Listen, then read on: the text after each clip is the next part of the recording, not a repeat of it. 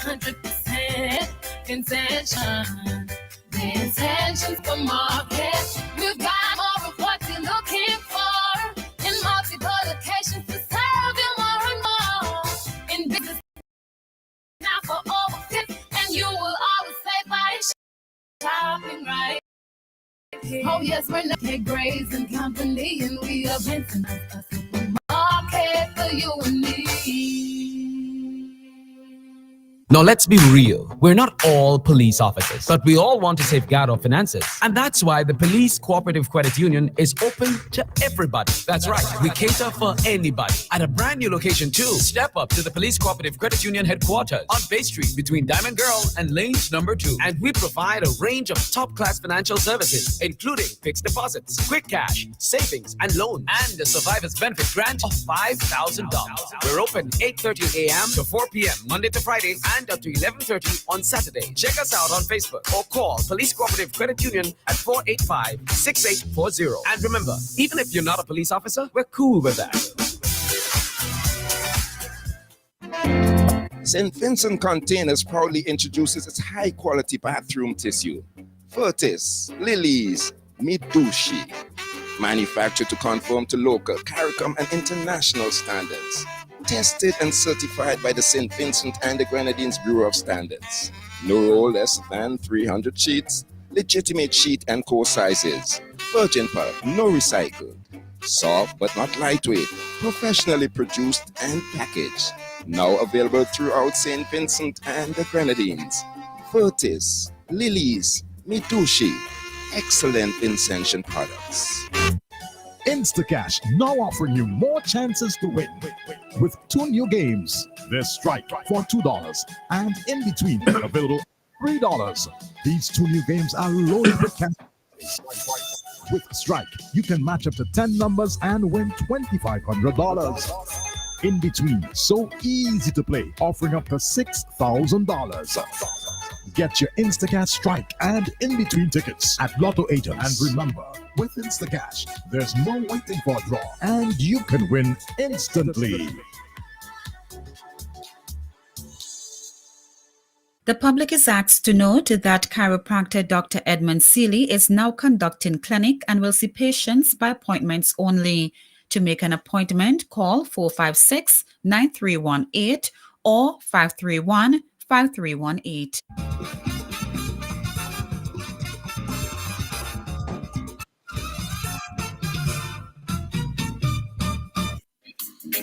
Do you have a passion for sport? Then Sports Highlights is a place to be. Share the passion every Sunday and Wednesday, 7 to 9 p.m. Sports from the heart, only on Sports Highlights.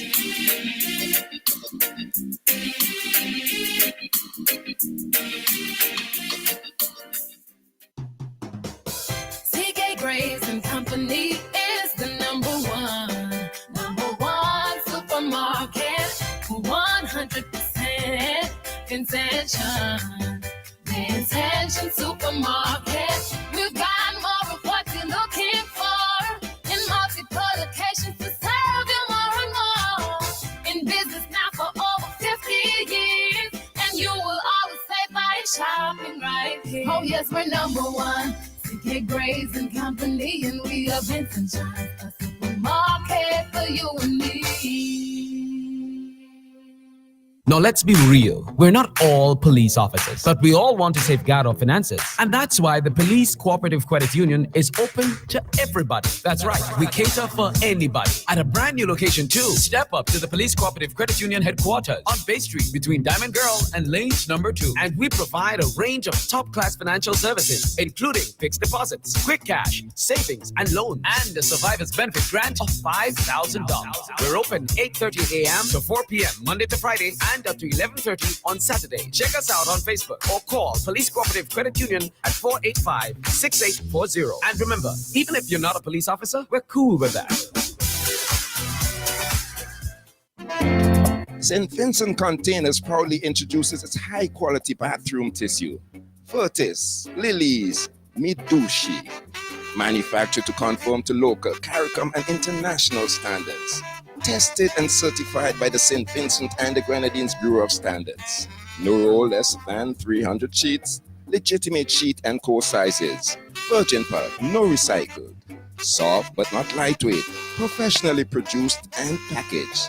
Now available throughout St. Vincent and the Grenadines. Vertis, Lilies, Mitushi, excellent Vincentian products. Instacash now offering you more chances to win with 2 new games. There's Strike for $2 and In Between available at $3. These 2 new games are loaded with cash prizes. With Strike, you can match up to 10 numbers and win $2,500. In Between, so easy to play, offering up to $6,000. Get your Instacash Strike and In Between tickets at Lotto agents. And remember, with Instacash, there's no waiting for a draw, and you can win instantly. The public is asked to note that chiropractor Dr. Edmund Seeley is now conducting clinic and will see patients by appointments only. To make an appointment, call 456-9318 or 531-5318.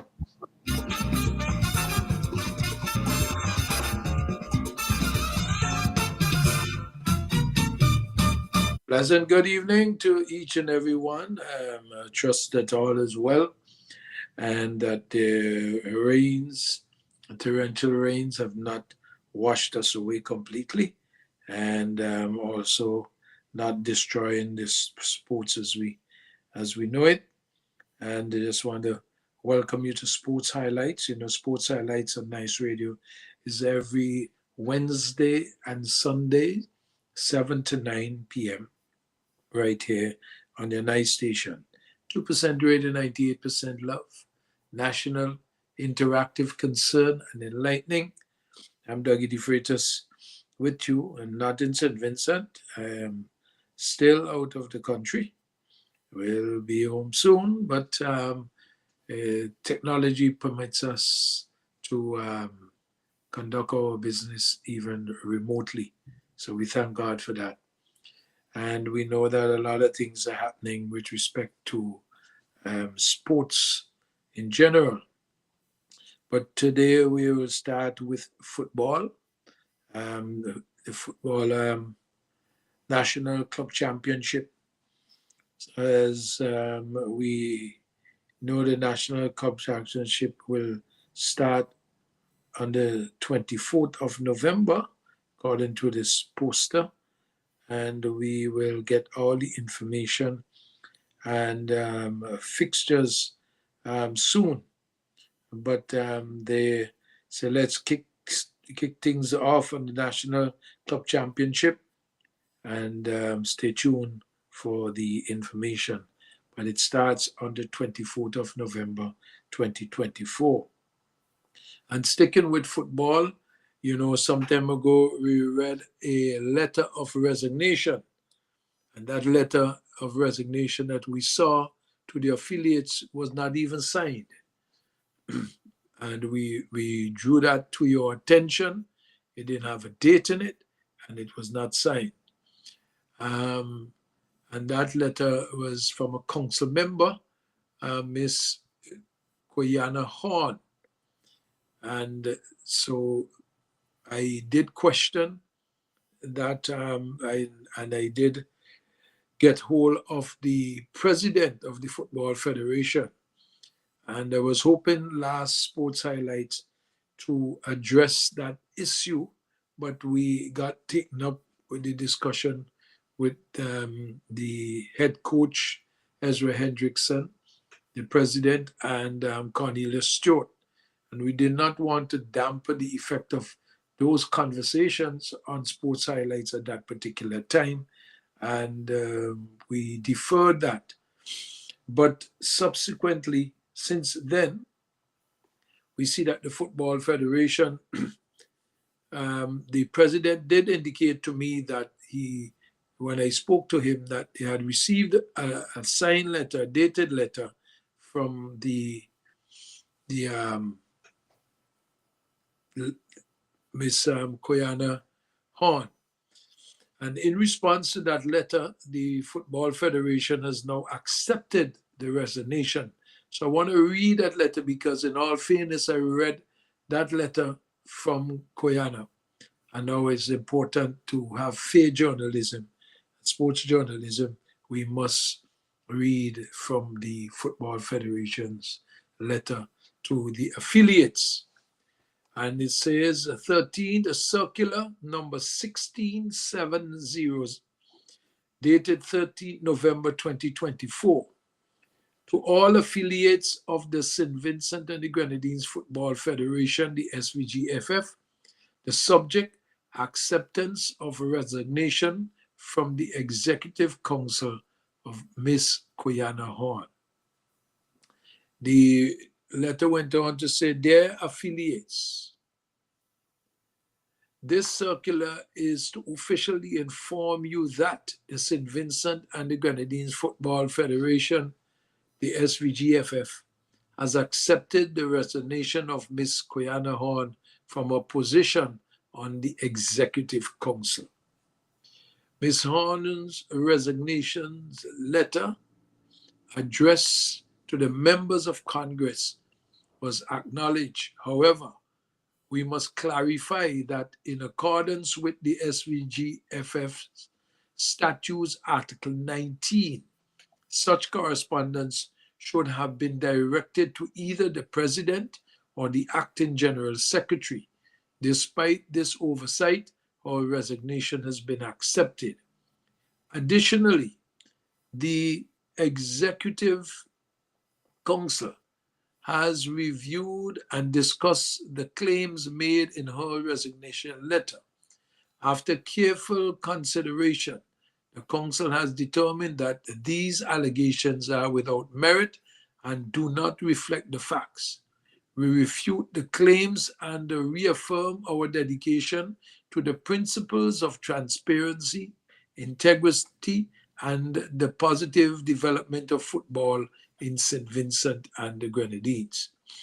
We wish Ms. Horn the best in her future endeavors and appreciate her contributions to the Federation during her tenure.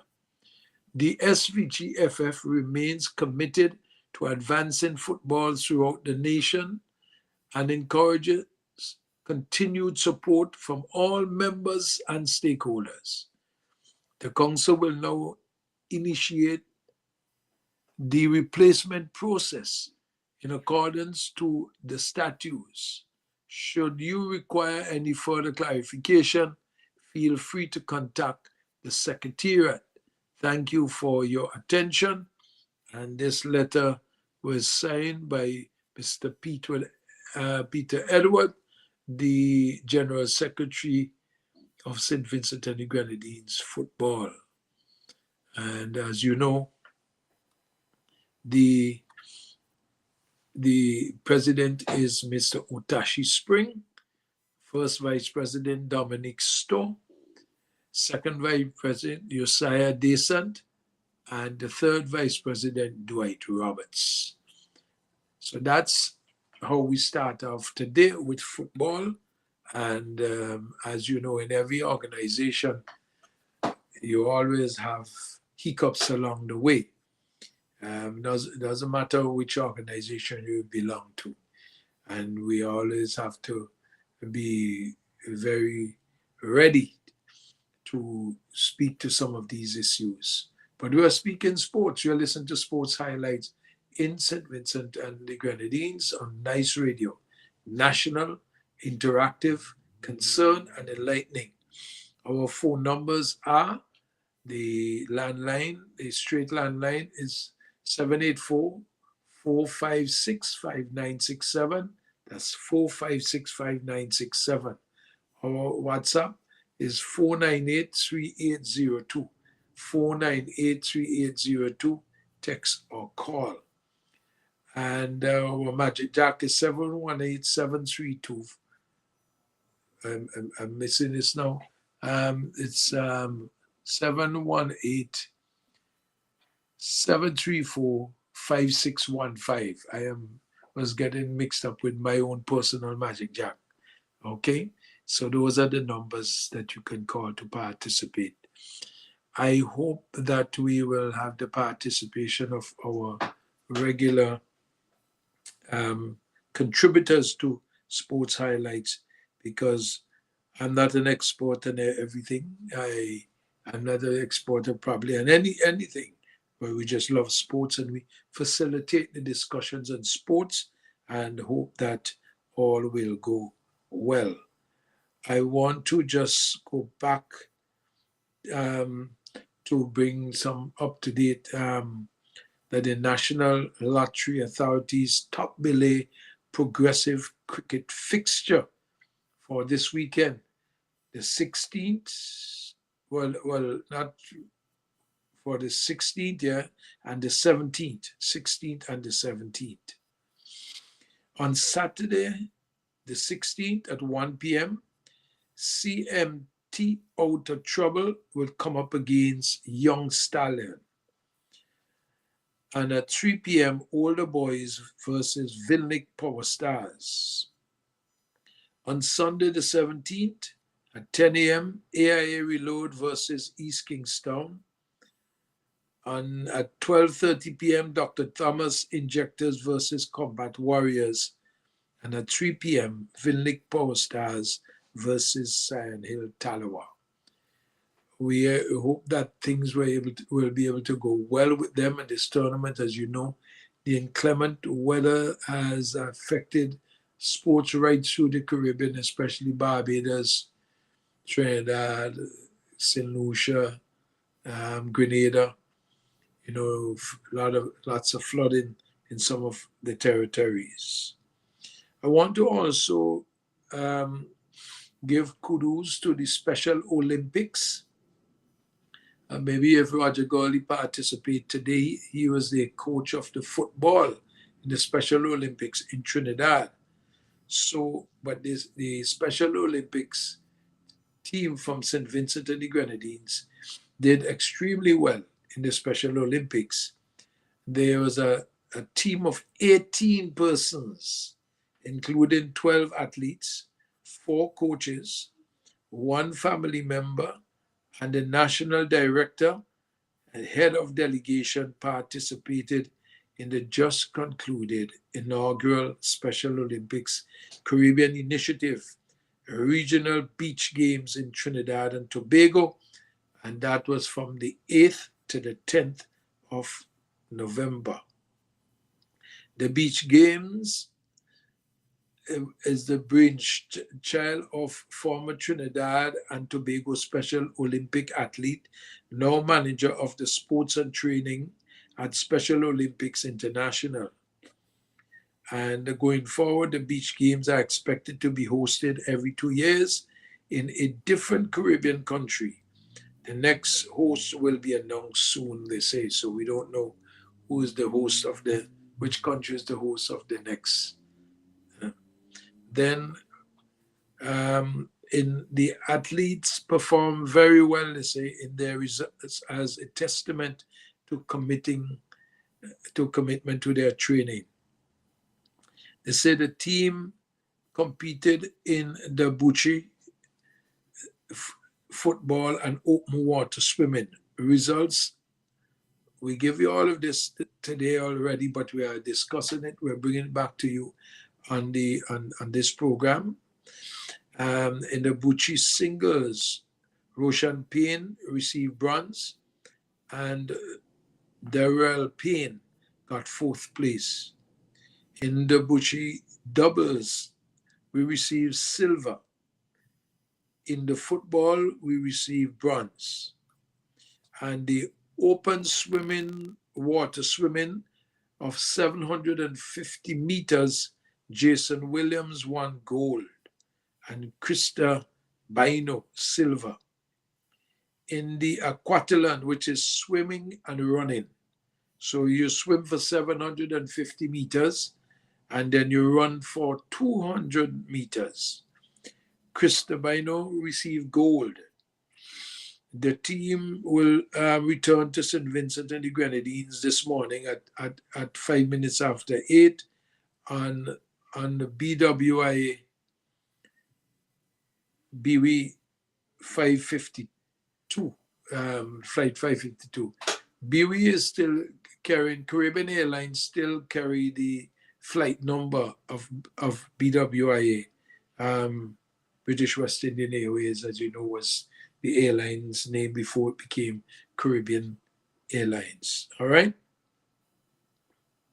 So that gives you an idea of what is what took place in that swimming competition. We know we have the secondary football and netball school games that are ongoing. And I don't know if Roxelle will be available, but we do have the community college games also being played, and so we are looking forward to that finals that they're going to have shortly. And let me see if I can find Roxelle's last email with the information coming out of the community college games. So I'm trying to find it here. I have most of it on the, what I'm looking for, it's from Roxelle John. And yes, and so let's see if we can find this now so we can give you this information as Roxelle put it out there to us. We will give you this. This is the community college. Okay, so let's read Roxelle's report. This is a report that is sent out by Roxelle John, and Roxelle is coming from the Physical Education and Sports Department. And as you know, Roxelle John, he is the director. Is the director of that department. Okay, so we're gonna read this to you so you're gonna get the full essence of what Roxelle wrote here. Yeah, he said the SVG Community College Sports Department press release issued on the 17th. It is issued 17th, 2024-2025. The games are the SVGCC, well, it's a National Lotteries Unique Touch Soccer SVGCC Invitational Football Championship. And all these games were played at Sion Hill this year. Okay, but the finals are going to be in Victoria Park on the 15th. So let's say this is his latest report, which we didn't give the full report in our sports news. He says 12 goals during normal play and 13 others from a penalty shootout punctuated an extraordinary semi-finals day in the 2024 National Lotteries Unique Touch Soccer St. Vincent and the Grenadines Community College Invitational Football Championship on Tuesday, the 12th of November at the Sion Hill playing field. Dubbed as an expectant and thrilling encounter, semi-final one was between defending champions System 3 youths and Sports Sciences soon grads lived up fully to its billing, ending 2-2 after regulation time and 7-6 on penalty kicks in favor of Sports Sciences soon grads. Sports Sciences soon grads went ahead in the 26th minute when the ever-improving James Grant Cleveley beat the System 3 youths goalkeeper at the near post. The slim lead was maintained until the stroke of halftime when Sherman Phillips converted from penalty spot for the defending champions. With the momentum on their side, System 3 youths nosed ahead in the 53rd minute from a well-taken Jaheim Kirby strike. However, Delano Benjamin stepped up in the 62nd minute and converted a penalty that restored parity for the sports sciences grads, soon grads. That's it, not the grads, the soon grads. I mean, they soon graduating. The first 6 penalties for each team were well taken, as separation seemed nowhere in sight. However, Jaheim Kirby sent his kick over the crossbar. The 7th for the System 3 youths after they were, which Trent Raggy sent the spectators into a frenzy, converting Sports Sciences Soon Grad's 7th kick. In semifinals too, Jebel Youths took down the spirited Sports Sciences Freshers 5-3 in what turned out to be a ding-dong battle. Jebel Youths were well on their way, having taken a 3-0 lead at halftime. AJ Delplesh had scored in the 8th and 39th minute, while Java Odain added another in the 23rd minute.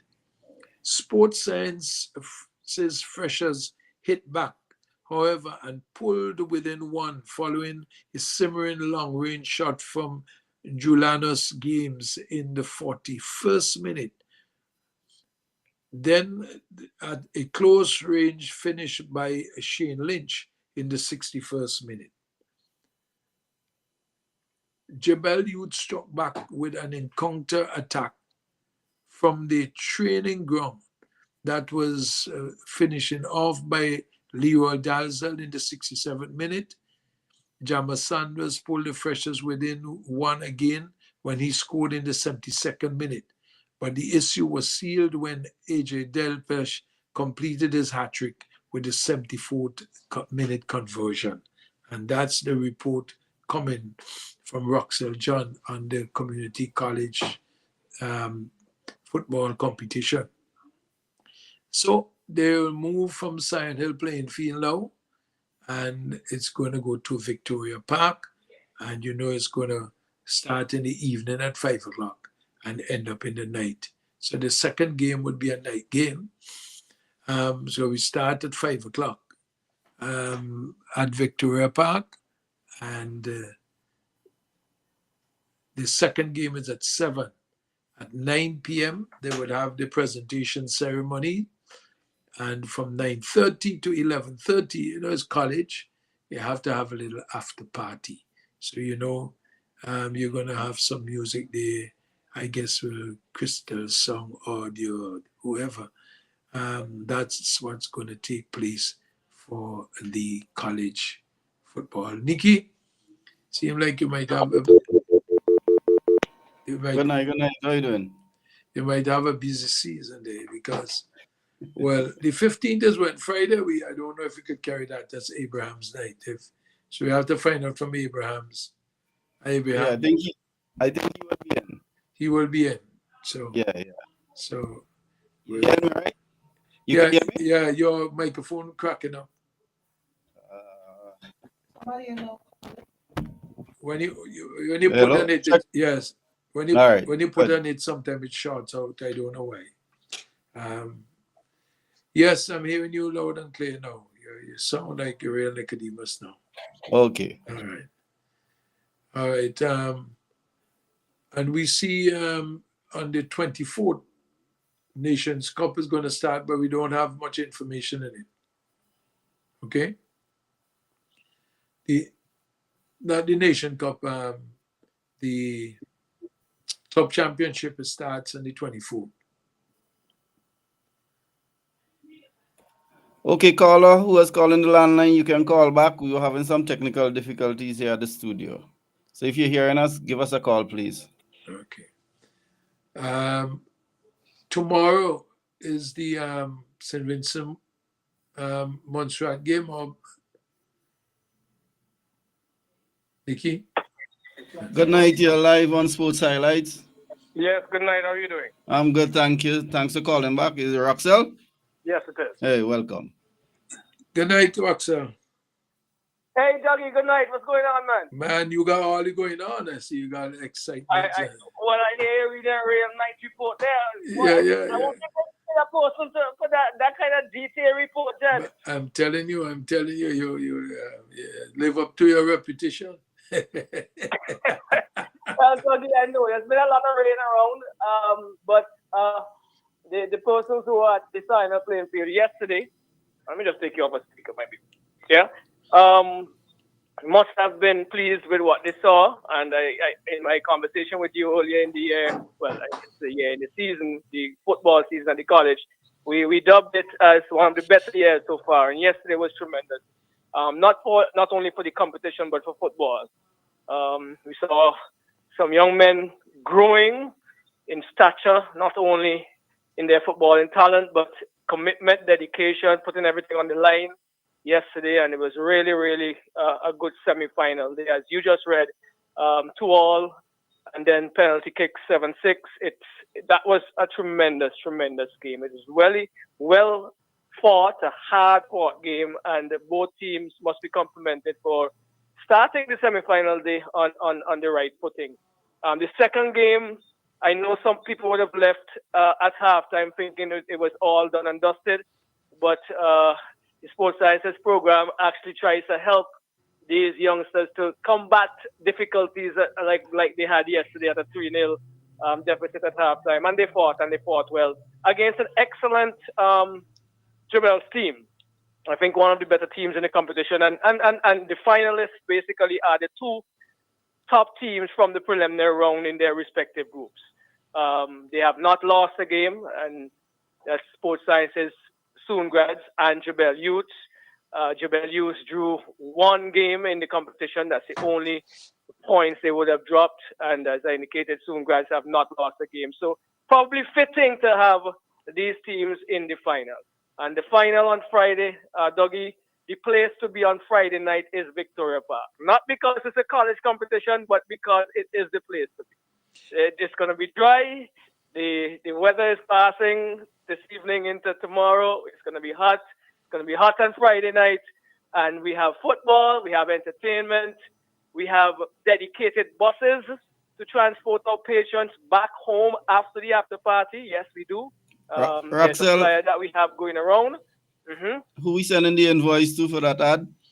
Well, that's the case of this program, You know what Justin used to say, right? Just call and say what you gotta say. That's what I say. All right, man. But yeah, the place to be on Friday evening is the Victoria Park. We're gonna have football. We're gonna have some giveaways. I was looking for a word that started with F for that, but I can't remember it right now. And we're gonna have some fun at the end and a party for the young people. Yeah, we know that these are young people who carry most of our parties, so to speak, in St. Vincent, but we are doing it in a very organized manner. It was an impromptu style last year where they actually took it over the last hour of the time that we allocated to have the amplified music. And with our resident DJ, yes, Jaleel Williams, better known as Viper. He is a member of the Sports Sciences program, graduating this year as well, part of the Soon Grads unit. He would be in charge along with his team to entertain the crowd, crystal audio songs, and a few other things, man. You know, we didn't just bring surprises. Mm-hmm. We bring on some surprises. They're prizes for the patrons, gate prizes, as per usual. A number of items that we are pushing out, and we definitely want to have a fun time with football and a little frenzy at the end of the evening. We want, Dougie, if you may allow me to just say special thanks to the sponsors who have made this possible. I'm going to shout out Ramon Warrican out there in England right now, RW Sporting World, for donating a number of footballs that we could give away, and we have been giving away as prizes to the players of the day. French Veranda for continuing to provide kind that goes in a value of over $200 a day for any activity that we have related to sports. Well, the National Lottery is our major sponsor.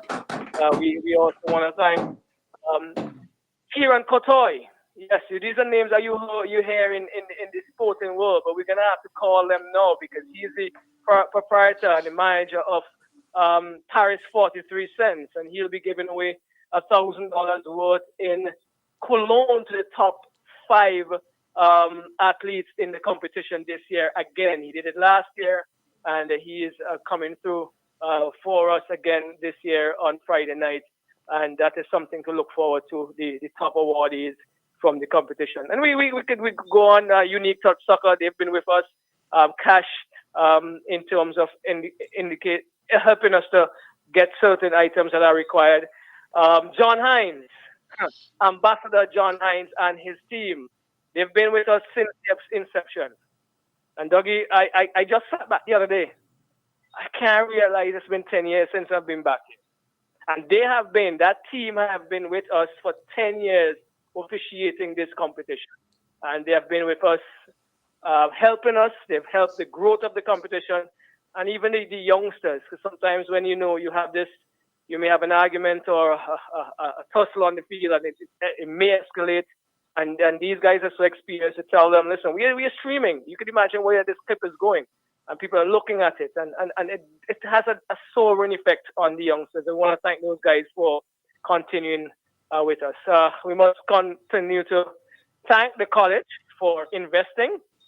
Because you're talking about a $40,000 project. As simple as it may sound.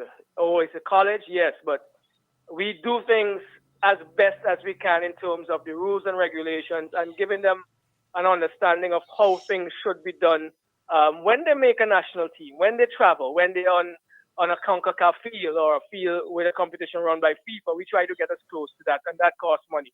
And so we want to thank those guys. Sean and Jacobs, Arensenberg, medical experts on the field and around all matches to make sure we have experts to deal with injuries. Those guys have been excellent, and we will continue to thank them for that. And your Bay Hill News Network, Roger and Warren finishing off there, the guys who've been carrying commentary for our live feed during the competition. So, Dougie, I think you might need to change your flight. Make sure you get in on Friday morning. You can leave on Friday night at 11:30. We'll take you to the airport because we have dedicated buses. Dedicated buses going to Georgetown. Dedicated buses going to Mespo. Dedicated buses going to Cumberland. So, yes, you may not be getting to the extent of those locations, but we have buses that are prepared and ready to go after the activity on Friday night. Well, that is wonderful to know. I know that you're an organized person, and I'm happy that you're. How long the season lasted? Well, the football season started in September. Remember, we started with the 6-a-side, and then the selection series, and then our major competition, and we are still working out logistics, as you would know, for our island tour. May just be one island, as I indicated in our previous discussion. Yeah, and that's football ends on Friday. The ECGC Island SIP RW Sporting World Netball competition begins next Tuesday. So from one to the next, as per usual. Oh, so the netball starts next week? Next Tuesday, correct. Okay, next right. Tuesday. Okay, well, I know you'll bring us up to date on that, and so yes, forth. for sure. Yeah. Well, Thank you, time, I wish you all success in your finals, and I know it will be exciting, and you'd have a good time. And in the All of Sports, congratulate you, Roxelle, of keeping the sports alive. All right.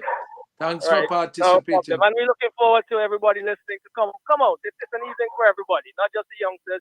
It's an evening for everybody. Come out and enjoy some football at the Victoria Park on Friday night. Okay.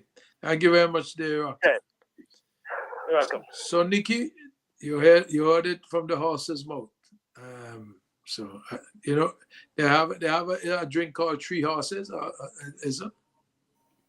I wouldn't know what. I'm too young for that. You know what that? Oh, I thought you know what the horse is. I leave it for people who need the help.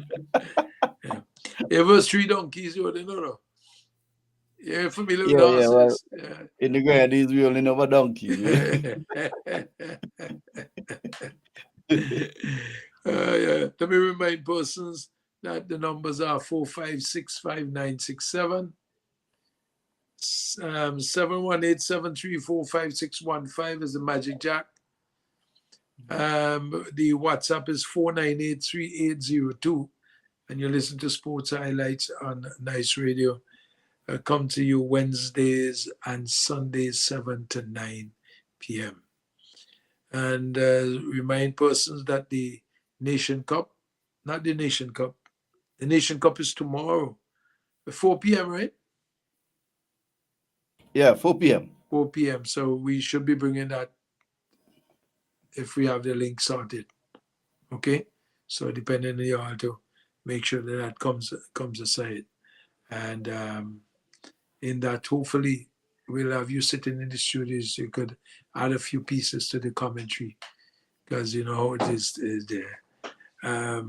When you're looking at it the way it is, sometimes you have to add a little 2 cents to it. It's a playing who tomorrow?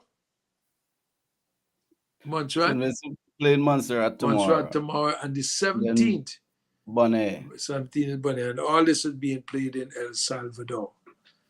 And so we look forward, and hopefully that we could come out of this. We hope that we win the 2 games so that we can get into the Gold Cup area, as explained last week with Coach Hendrickson about this matter. We want to get our rankings up, keep St. Vincent and the Grenadines' name flying high. Well, we have some other sporting stuff that we would like to share with our sporting person there, and let me get them for you. Make sure I have my notes right. In the West Indies Super 50 tournament today, West Indies Academy versus Barbados Pride, the match was abandoned without a single ball being bowled. I guess rain, more rain. Where are they playing? This is playing in Trinidad. Yeah. Well, Trinidad, Guyana, Grenada got some torrential rain. I saw Grenada. I saw some videos from Grenada today, and they've been drenched and flooding and things like that. And the third T20 match between West Indies and England takes place tomorrow, Thursday, at the Darren Sammy Stadium in St. Lucia. England leads the 5-match series 2-0. So let's hope that West Indies better pull this back and take shame out of their eyes, ears, nose, feet, hands. And the whole region is so upset with West Indies. They didn't even draw one or win one and lose one. They lost both in Barbados, and we don't like that. England came to Little England and beat West Indies in Little England. You know what they call Little England? Yeah, Barbados. Barbados, man, the land of flying fish and cuckoo. India defeated South Africa by 11 runs today in the T20 match. India 219 for 6 off 20. Tilak Varma 107. Sharma 50. Simulane 2 for 34. Maharaja 2 for 36.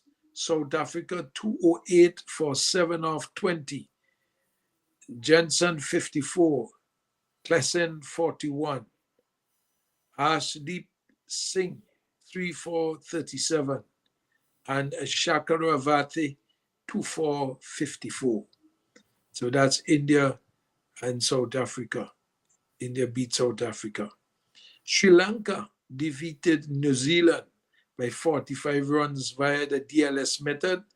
Sri Lanka 324 for 5 or 49.2 overs. WIA Fernanda 100. BKG Mendes 143. Asalanka 40. Duffy 3 for 41. New Zealand 175 for 9 off 27.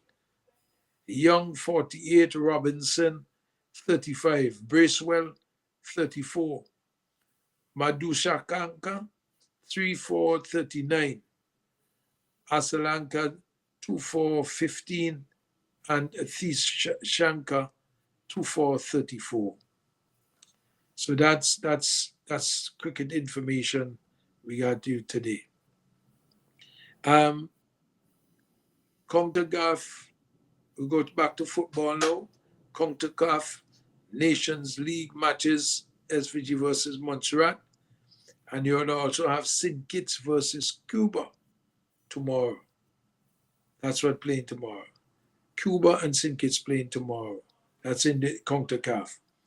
In the nation leagues in Europe, we are still into nation leagues, but in Europe this time, Belgium is coming up against Italy, France versus Israel, Greece versus England, Republic of Ireland versus Finland, Kazakhstan versus Austria, Slovenia versus Norway, Armenia versus Faroe Islands, and North Macedonia versus Latvia.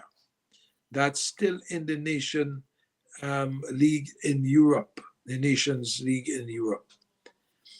Matches on for tomorrow, or in the African Cup of Nations, the qualifiers, this is into the qualifiers now. Madagascar versus Tunisia versus Tunisia. Madagascar versus Tunisia. Lesotho versus Sierra Rwanda. And versus Sierra, Lesotho versus Sierra, and Rwanda versus Libya. Benin versus Nigeria. Equatorial Guinea versus Algeria. Niger versus South Sudan. Burundi versus Malawi. Senegal versus Burkina Faso. And Congo versus South Sudan. So that's in the African Nations Cup. Those are the information that we have for you, that we can give you tonight in sports. As I told you, the numbers are 456-5967. That's 784-456-5967.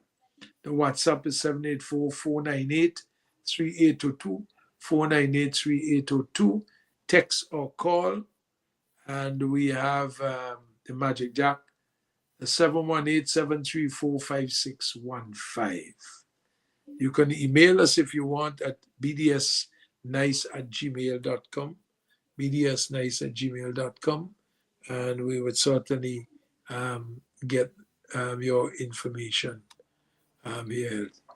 Let's check to see if we have any other sporting email that will come in now.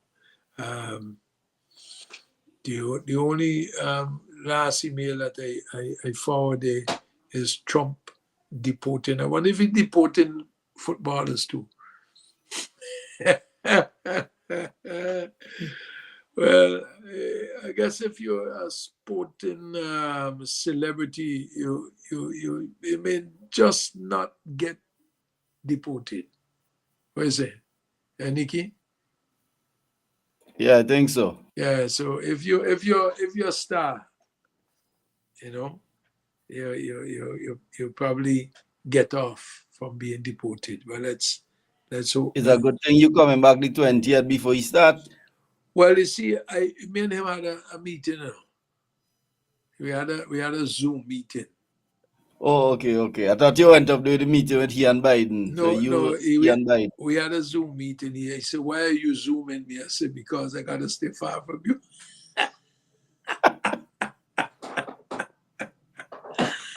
No, make Bing Joseph, he said that because Bing might want to come in the Zoom meeting.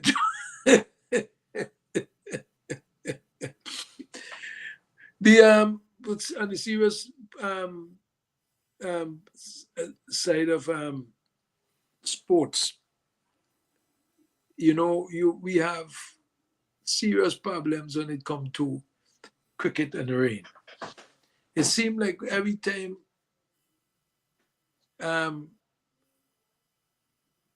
cricketers are wrong, Rain get upset and start to cry.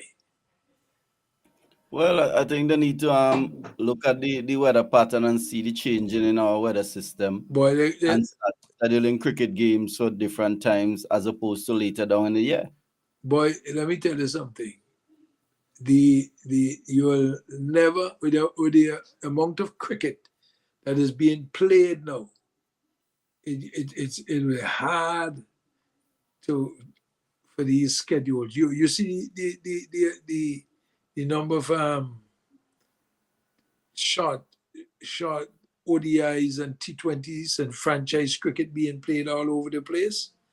You know, that's something that you have to pay attention to. So you're gonna always run into these problems with respect to rain and with climate change being a prominent fixture, in the world right now, because you don't even know when you're gonna get. The beauty about things like soccer, that could be played in the rain. The things of American football, they play in the rain, snow, they don't matter what time they play. Soccer, a lot of players have to play in the snow sometimes. Now, that's the thing. Rugby could be played in inclement weather, but the cricket now, because of the nature of cricket, that you can't play that when it's wet. Otherwise, what as a local parlance, a man go dead. Yeah, I was thinking we could try and look at a surface that could withstand the rain, but then I realized if rain start falling heavy, the ball too small, you mightn't see it coming through the water droplets. No, you won't see that at all. You'll get in real trouble. You'll get in real trouble. So we have to. That's the nature of cricket. Cricket is what it is. It's designed to play on dry ground. And strange enough, England is a very damp place, and there are a lot of cricket is being played in England. But so you always have this moisture. And I think that is where the Englishmen learn to bat, because of the moisture. That is wrong. The movement of the ball in the moisture. And the ball not coming onto the bat fast as or the movement, or just the movement also, just the movement. So you have that problem, and so I think they learn to bat under different and difficult circumstances. If you pay attention to the guys from the Caribbean who went and play league and county cricket in England years ago, they became better cricketers, because they learned to play under difficult circumstances. Viv Richards, all of them. Viv gave a story. The first ball he got when he went to play country, he got a duck.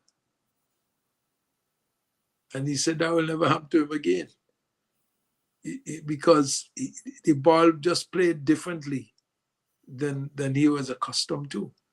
But he wasn't a big star player then. But that helped him to develop as a big star player. Hey, didn't hear you read anything on the sports, the Olympic, the Yes, I read it. Olympics Yes, I read it. With what? I read the whole report. Oh, okay. I read the whole report. Yeah, Roger Gurley was the football coach. I think they got silver. They got silver down there. We haven't heard Gurney for a long time. I wonder if he's around. Well, maybe they have a lot of flood up in Daphne. Is Billy or Daphne gonna live? He probably have to contend with it. They have a big river up there. They come all the way down to Annisville playing field. So he's sending a lot of water down there. So I guess you don't want to be held responsible for the washing away of Huddersfield playing field, the new stadium. So he had to keep quiet. I'm going to give a little bit about Formula One racing, right? I love car racing. I used to sit years, on Sunday evening. You have a caller? Let's take a caller. Good evening, Dougie. Good evening. Good evening. Welcome. Nikki. I hear all the call up today, man, so I have to really stop it now. Yeah, well, I heard that you went to Special Olympics on the beach. You play water football or beach football you played? Yes, beach football, but that is not. And if you know Shagaramas, Chaguanas? famous beach where Okay, yes. Yeah. Okay, that beach. Okay. What happened is that the beach, the beach is wider as per usual, but there's a area there that is sand base. Mm-hmm. That's where the football is being played actually. Okay, all right. It was a new thing for our guys because we took them along to Moncton the weekend before we left actually to try and have a little sense of what the expectations would have been. Mm-hmm. But because of the burial too, that beach was too.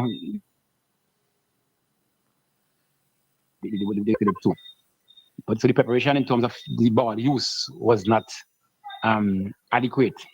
Mm-hmm. However, we had to take part, so we went there, explained the circumstances to them. Well, the challenge is, Dougie, I cannot sign properly as yet, mm-hmm. right? Mm-hmm. We had 4 deaf and dumb persons on the team. Right? Yeah. So to reach out to them is a task, right? So, however, after the first game, they realized what was taking place and how they're being treated. So they have to extend the same treatment to your opponents, right? Mm-hmm, mm-hmm. And they went in, they won the second game against the Trinidad and Tobago second team. But that should be played on one day. But when persons want things to suit them, in my opinion, right? I mean, not necessarily so, but that's how I saw it. That day, on the second day, they resort to having another round of competition, wherein most of my guys now, the better guys who might have been able to take on the challenge. When you play on the beach, that's Maracas Bay. Maracas, right? Maracas. Yeah. The tackling and the rubbing when the sun rub against your skin and somebody's skin. You bruise it. You get easy bruising. Yes. Impact. So these guys wasn't accustomed to that, so they became a little bit timid on the second day. So the first day we won, the senior team for Trinidad beat us, I think it was 7-2. And then on that day we won 5-2 over the second team. But on the second day now, the team that we won beat us 4-2. And that's this because the guys now became a little bit timid and afraid to tackle and all that too. And the sun was even not like they rake up the sun, bring it back a little level or compact. It was worse than the one. Yeah. So even we had sprained toes, twisted ankles, and all that. But it's a learning process, and I'm trying to get the authorities through the Special Olympics to build up a sand pit, mm-hmm. because you might be aware that there was beach volleyball as well. Okay, yeah. So we can do something to that effect. The same code could be used as a. So let me ask you this, Goli. Is a small goal type of goal that has, right? 5-a-side, not the small goal. I think about 4. Yes, yeah, it's not the little goal. It's just a small goal. The 5-a-side and 7-a-side version of the game. Mm-hmm. But it was quite a good picture, good outing for the guys to learn and experience, because within the Caribbean now, it's going big. Mm-hmm. Right, so I'm not sure who will be hosting, but Trinidad has the facility to host such a tournament. Mm-hmm. I'm not sure about the other beaches in the Caribbean, maybe St. Kitts. I think they vowed to host the other leg of a competition. I think Bachi will be hosted in Aruba next year. But in terms of the beach games, right now Trinidad seems to be the most cited spot for such a thing because they have the space, like I said. But And, Stubbs Beach. Stubbs Beach in St. Vincent is a very wide beach. Yeah, but it has it's not flat. You have this up and down sort of thing. But where we played football, it was a good way from the beach. The ball was even reaching the beach. And that's one thing because with these other people, a block a miss kick, the ball can up in the sea. Yeah, and you don't want to swim in the rough water and so on too. So yeah. So Trinidad was the ideal place for it actually. And I think they do have a tournament every year. But in terms of a regional tournament, unless they invite you down and you can go there. But one of the challenges I am understanding within the Special Olympics is that it's not an organization that makes money. It's an organization that depends upon the citizens, right? And while I say this, Dougie, what I saw in Trinidad, right? And I hope the message could reach out to many Vincentians because I know there are very much more persons of Special Olympians, right? Special athletes. Now, the motto in Special Olympics is that disability is not inability. When you look at some of the persons and the sort of sport that they're taking part in, bocce, it helps you to think and it brings you around. Describe bocce for us. Bocce is being played in a sort of enclosed area. When I say enclosed, it's like you're building a court. It's like a court, right? Sometimes you have the half court is 30 feet by I think is 8 feet, and there's one the longest one is 60 feet by about I think it's 8 to 10 feet wide. Now it has 4 balls, right? 8 balls, 4 different colors. 2 different colors. So let's say green and red. Okay? And there's a smaller ball you call it Pelina. Right? That's the ball they use to shoot as a target ball. And the 2 competitors, now one is between green, one between red. So the person who has the first throw, they try to get as close as possible to the Pelina. Okay? And that person may have 1, 2, or 3, 4 throws. The other person now, who would have their throw, let's say the red, they will throw, but their task is to get as close to the Pelina than the previous thrower. Right? But within that now, there are measurements. Who gets to the closest because to the Pelina? There's a system where you do some measurements to see who is closer. And I think go up to about 12 in terms of the count. Right? So the judges who to judge that game will award the points towards the team who they see get closer to the Pelina in the throws. So this show goes on until there's a winner. Okay. But to sensitize more, to let the public know more about this, I guess we might be doing some other thing to the director. But where we practice bocce here? Well, there's a court down at the special needs school there. Oh, I see. But okay. It can be played on grass. But this one is beach game, so that one is played on sand. Now the difference is if you play on grass, you can roll the ball. Right. The sand now you can't roll. You have to throw it and let it drop. Yeah. Yes, so that you can get closer. But anyway, I think the organization is trying to see if they could sensitize the public more in terms of maybe have some point where you can view how much is being played. And persons can probably go online and download it and see how it is being done. But they're supposed to be having national game. That Special Olympics is supposed to have national games between the 29th, I think, and the 30th of this month, where firms can come, persons can come and learn the game while competing. There will be competition among the athletes and civil society, whoever wants to learn the game. And I think there will be a sensitization where they probably might go into communities to teach this thing. Right. The other thing is that, like I said before, there are persons within the communities who have the children as shut in. Don't want people to recognize them. Oh, he's stupid. He retired. Disability is not inability. Well, let me give a little experience here. When they speak about how a society is set up, it is because I know we have made some strides in, even when we build in buildings to have wheelchair ramps, disability access to buildings and so forth. Yeah.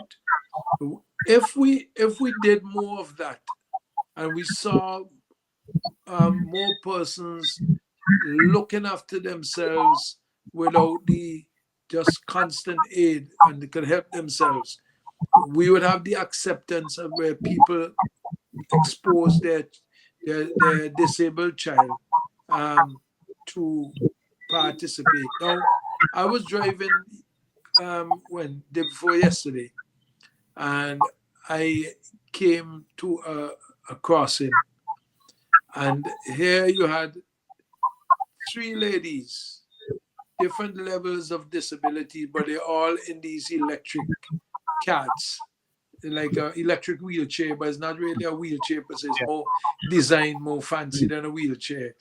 And one, a scooter-like. Yeah, like a scooter-like. But one of them, her hands are very, very short, she hardly have hands, but she have her fingers, and she has to use a joystick to do.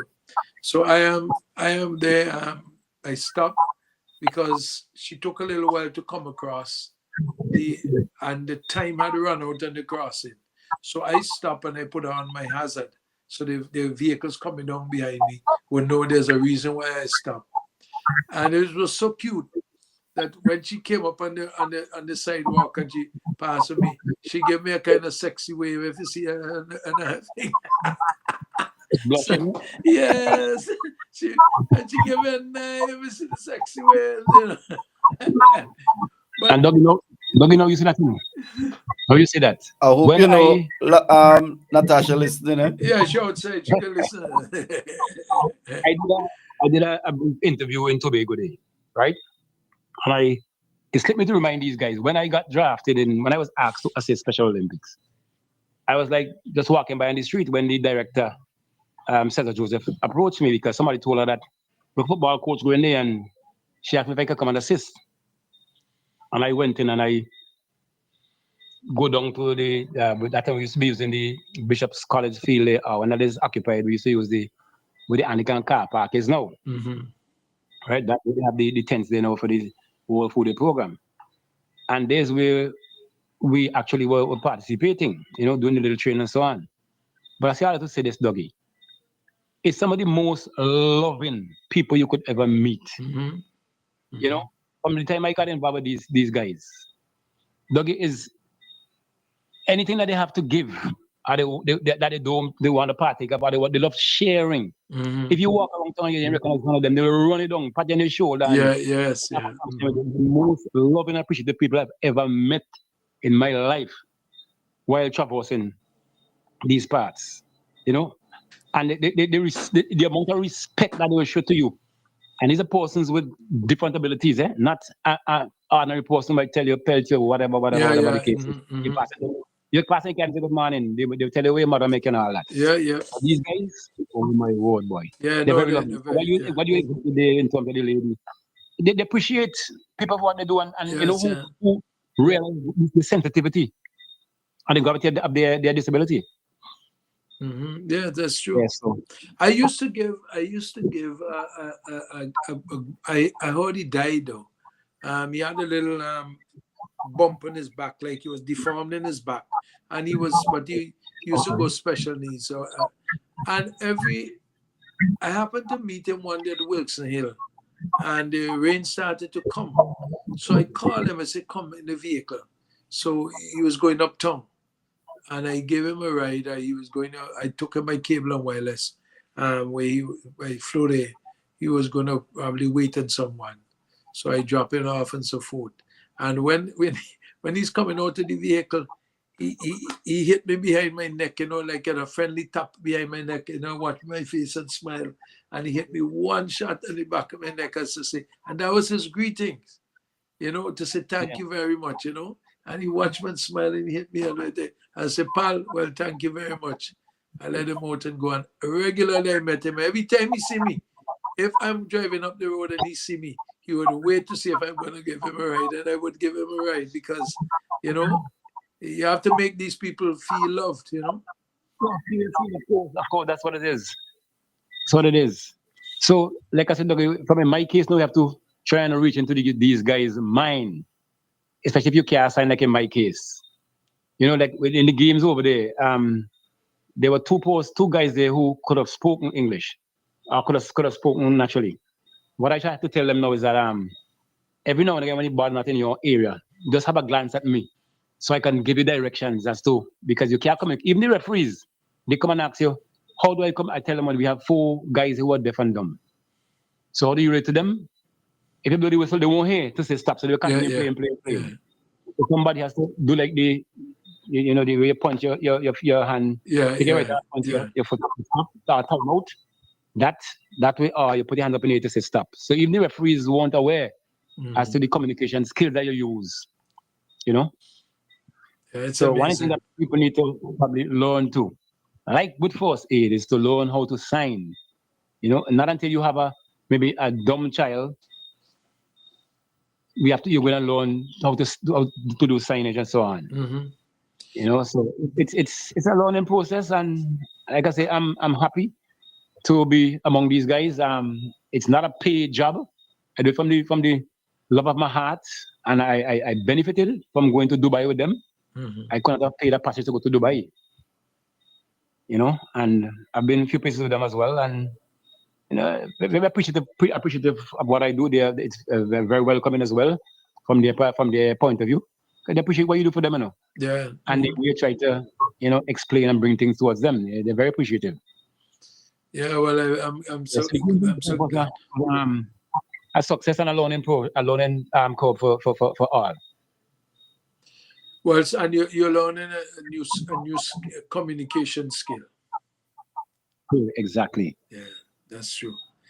And remember, knowledge is power, and every experience that you have can make a difference in life. You know, make a difference in life. Yeah. Most definitely. Let me just remind person the numbers are 4565967. The Magic Jack 718-734-5615. The WhatsApp is 498-3802. 498-3802. You can email us at bdsnice@gmail also. If you want to send us an email, anything to do with sports. We encourage sporting organization to participate in this Sports Highlights program. This program is about promoting sports and get people into discussion on sports and what is happening. And so feel free. You don't need any special invitation to participate. We do have some regulars, and Roger's part of us. Normally, we know that, and I didn't speak to him at all today. Alex was having some problem with his platform, and I should have called him to find out what is happening. We have Patrick on, sometimes comes in. He's in New York too, and On another note, Roger, you available for the game tomorrow? What game is that? The St. Vincent football game against Montserrat. Well, I'm not sure. I don't want to commit to that because one of these entities is supposed to be doing some delivery by me here. Sometimes in the course of the day, I'm not sure what if they probably come in before. I'll give you a link. Okay, then. Right. Other than that, I will have to probably delay until they come. Let's hope that they show up on time. The game is 4 p.m., right? Yeah, I heard that. Okay. All right. Look, on another note, last year I spoke to this when Raymond Ryan was the permanent secretary of Ministry of Sports, where the primary schools competition. Mm-hmm. I was there a lot about running off my mouth anything that I'm seeing happening that I was not happy with, in the sense that you had like 6, 7, 8 teams on the field one day, and not even a first aider was around. And I can put my neck on the block to say that unless somebody takes it upon themselves to learn first aid, they may just probably copycat what is somebody doing, or think that they're doing good when they're actually creating more harm.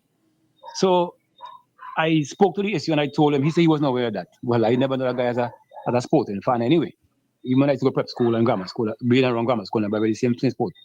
But that goes without saying in that you cannot have 6-8 teams on a playing field and not even a first aider. I see some school bring out a kit, but they might be able to just a wound. What if there's a fracture or breakage or whatever the case is? How are they going to treat these kids? Mm-hmm. You know? And I came back today and I saw, well, actually before I left, the field needed a cutting. Well, I'm not sure if how it rained within the week that I was out, but I know it rained heavily not too long ago on the weekend. But the grass is very, very high, and the same amount of teams are coming, and there's nobody down there identified as a force aider.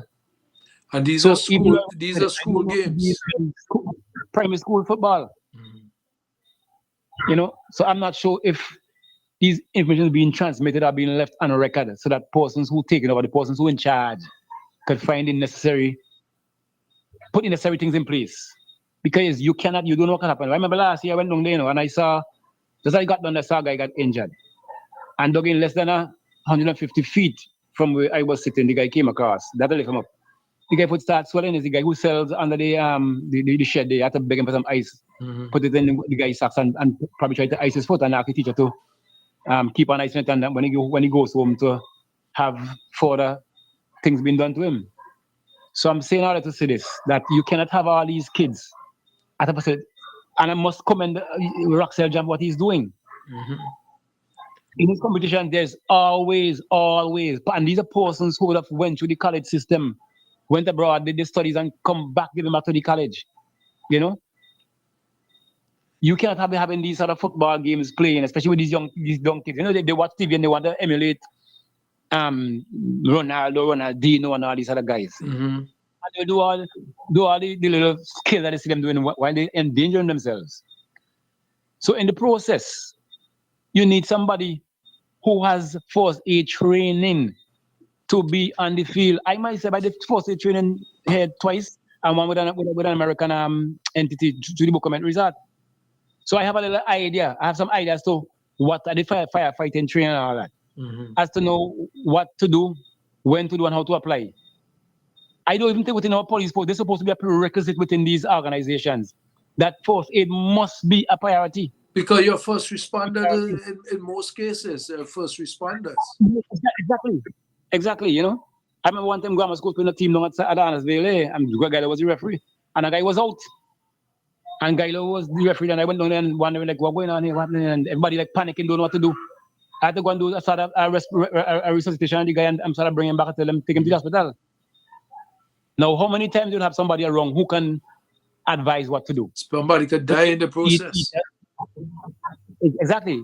If you have some PE teachers who you need to teach this thing, or whoever go wrong, because in these schools now is somebody to send, not necessarily a trained person who probably love sport. But they probably might go out just for the time to say, well, let me go get a little breakout and just to supervise them by watching them. And the Red Cross does training and that. Yeah, Red Cross does training, tell you how to resuscitate a person, how to treat an injury and all these other things. Remember one book comment, you know, I had asked them to buy me some splints and so on because football, you never know what happened. Splints are important to keep. I waited for a long time, I didn't get none. I took some PVC and made some splints. Mm-hmm. One day, a guy got injured and I splint that guy. And his mother was around, sent for his father who was a physio. And he came up and he was asking, who did this? This was well done. You know, and that's why my training. No, it's a splint that I took and made, PVC I took and made splint from. But I'm saying all this to say that begging and playing again within the Ministry of Sports, whenever you're sending children out there, it's not one team, not two teams.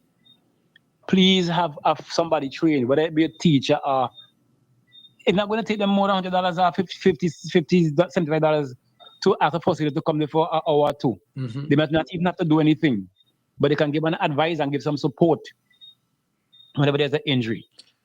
No, but it's really a serious issue that you're raising, and we raised this already, and it's important to keep it on that people hear it, because when you send your children, they are in school, whether or not they're on the playing field or not, they are in school.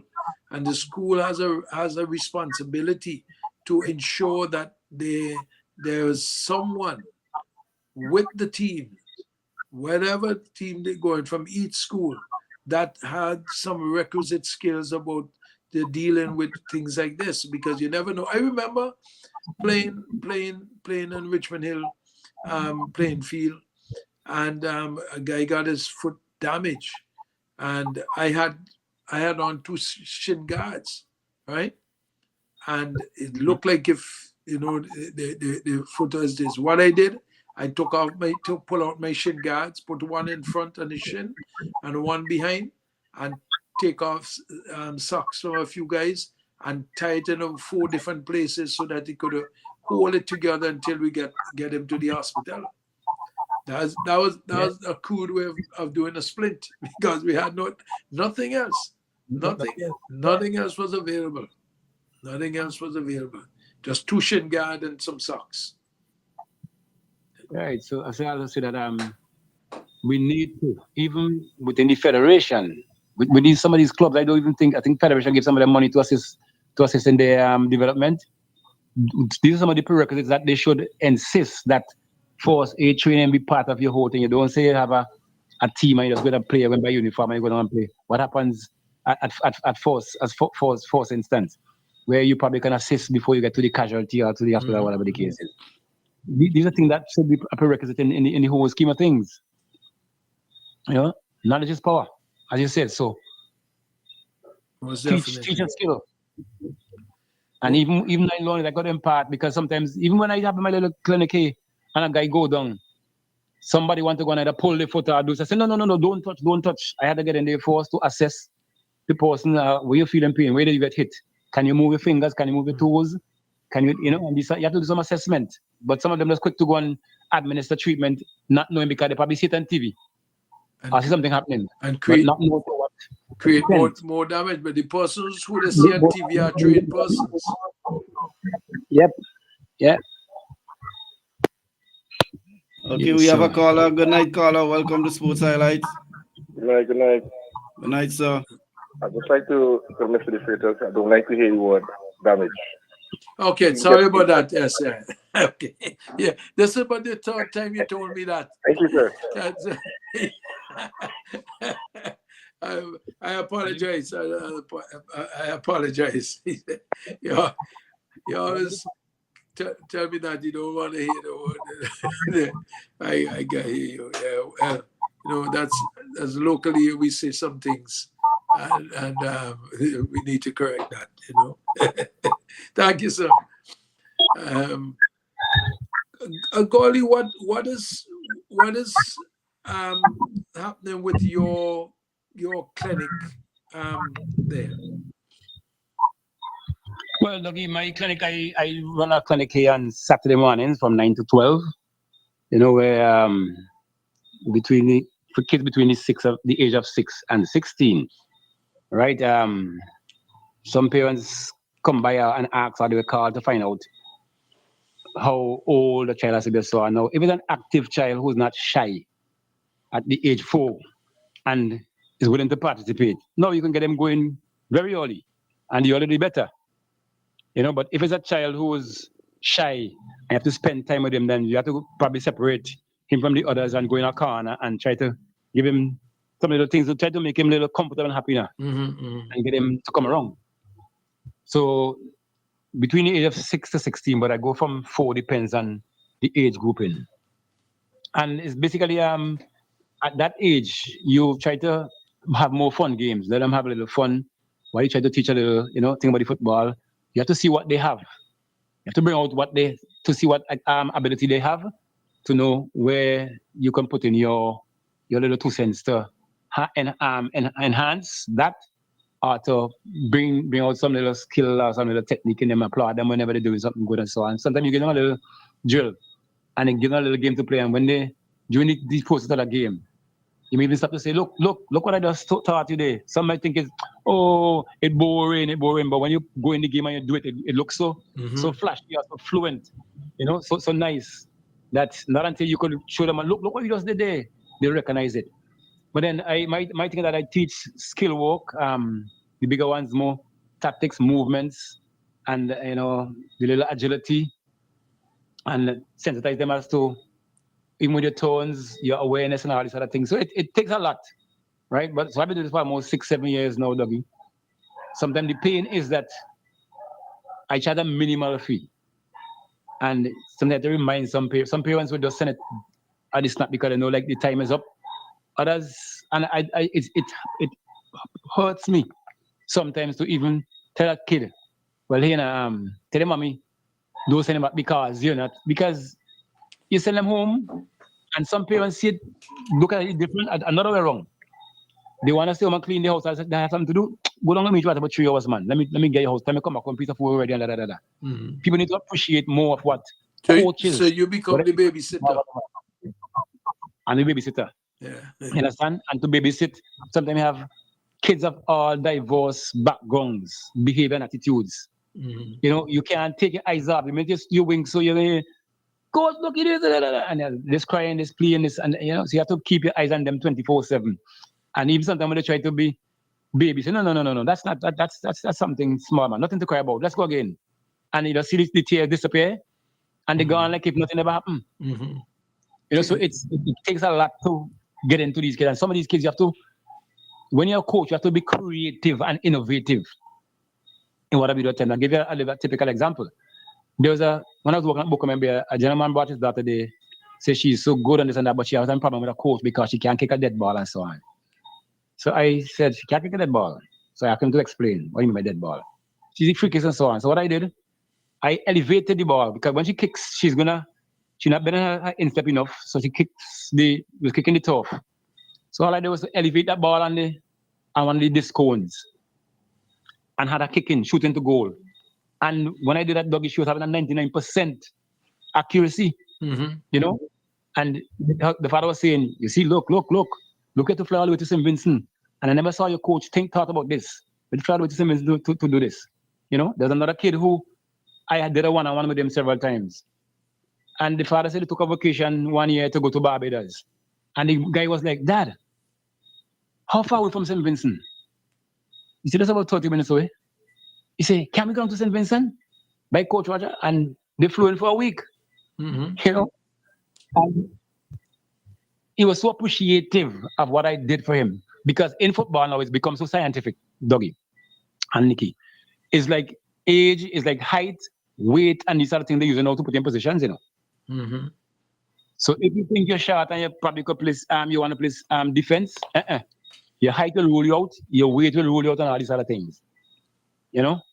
So it's sort of scientific in the sense that you have to be into this thing for a period, understanding players, knowing how to twist them, move them, put them in whatever position, and these other things too. Because you might come and tell me you're a goalkeeper, and I might say, boy, you can make a better defender.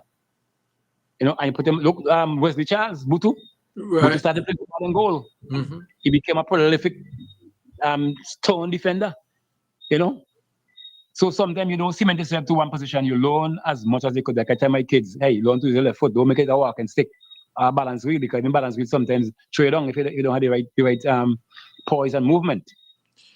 So learn to use both feet. But good goalkeeper is a great defender. Yeah, of course. I remember playing against them down in Calico League. He was him and Bumpy were the two stalwart goalkeepers for Brighton United. Right? So I think it was plenty of goals run amount to the goal to. We used to score so much goals on them that you see, boy, I'm to came to be one of the most strong defenders we ever produced. So it's a lot of work in coaching, a lot of thinking, thought processing, and getting what you want done out of an athlete and enhancing their capabilities and skill. And the full works. And not only that, Dougie, what is paramount in all this, is the discipline, the respect that you show and the respect that you earn from these kids. Because some of them will come on there with some rotten tongues, Rotten tongues. And like from day one, I start, I say, listen, this is wrong here. I am using the government facility, but these equipment belong to me. Say, anyhow you start, the stand is yours. You could go over there and visualize, watch everything, and you might learn better that way. But when it comes to discipline, I don't stick with nonsense. I go up in a disciplined home, and I decide to carry that through my life, and I will try to teach every child who comes across me that is discipline and how to respect your peers, even your opponents. You know, so it's a tall order. There's a lot to do, not just but babysitting one, teaching another one, pampering another one, teaching discipline. You know, it's a tough job, and people don't recognize and appreciate it for what you're doing. Sometimes, you know, they send the kids out. Sometimes I give away. I normally get some boots from a friend of mine in the States, who, you know, when summer come, dog, you in the States, when summer come, this uniform is another time, or the shoe is another time. Somebody want to show up on the boots. So when I get them, I charge them a minimum fee. Give me $10. I might help Clay. I have to buy ice after Clay, to buy some juice or whatever. Right. No bigger the money, and sometimes you give and you without even thinking that you give away, and it's gone. Well, you know, so it's well, that's because you also love what you're doing, and so forth. I want to just speak a little bit about Tony. What's his name again? In England, what's his name? What's his first name?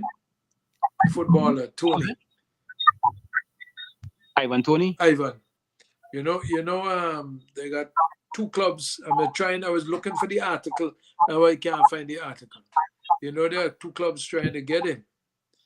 And one of the clubs, I don't think if it's Brentford, but one of them looking, and they said the reason why they want him because he's a prolific goal scorer.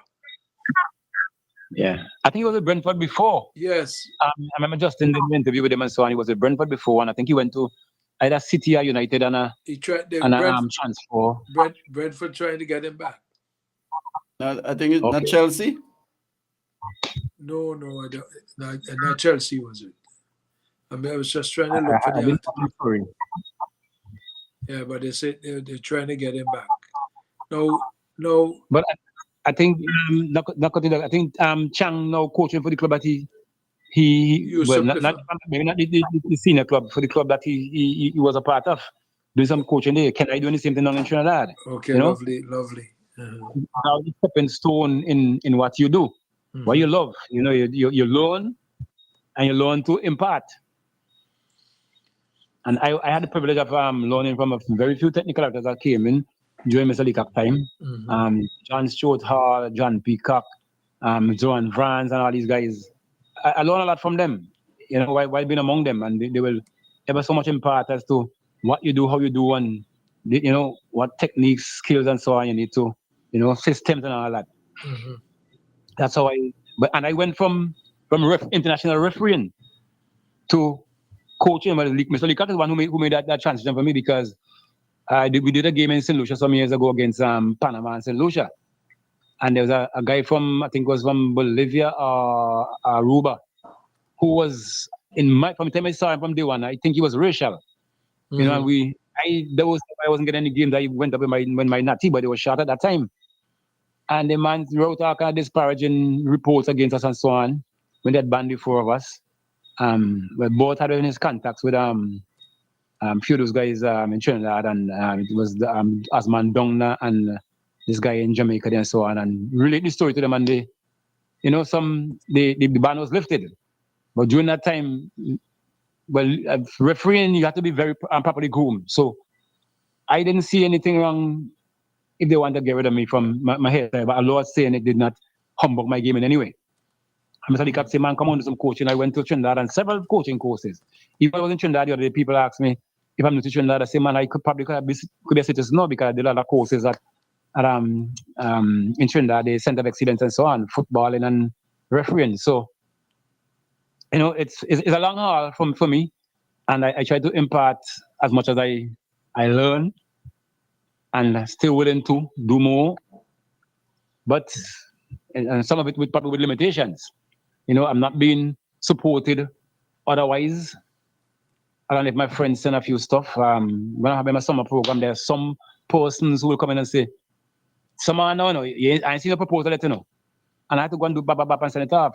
While others, you send it off to Dougie. And this is the thing that hurts me now. If I went to say, Dougie, I like you to do a game at Calico playing Premier finals, right? It's only fitting that you say, Goli, because of so much logistics, I will not be able to do it. Even a phone call right back. Some of these companies say, oh, we'll call you. I never got a call. I think this is disrespectful. If I don't use my pen and paper to write you to ask for donation, it's only common courtesy that you with an address on. You say, well, because of certain so and so, we'll not be able to assist you this time of year. Maybe in future time, you can probably check us again and we'll see what you can do. But some of them don't respond. And if whatever you're being given from one donor doesn't carry you to that mile, I do sometimes 5-6 weeks. Then I have to find it, once you started looking forward to, you continue it. So I have to find it from whatever means to fill that void up until the end of the summer program. You know, so it takes a lot from me physically, financially, and otherwise. Even though some people don't want to remember that they're owing or they should pay, and it's a mega fee. You know, some people say, "But you should be doing that for free." I say, "But it can't be done for free. I have to provide balls. When the balls go, how do I replace them? I'm not working. It's not as if I'm looking for a salary from this. Because if it was a salary, a friend of mine, man, come to the States, it's $100 an hour US. No, if you take $100 US to what I charge $20 per month down here, it's $240 for 12 months compared to $267 any exchange for 1 day. So what I will make with 1 day if I go up there and coach, it takes me a whole year for one child down here. So people need to appreciate what coaches do, what they have to go through. You don't bring them. This is the ball for my son to use, whatever. You come, like you're going to school, you carry books. According to the curriculum, the teacher has to dispense whatever information she has to aid in your development.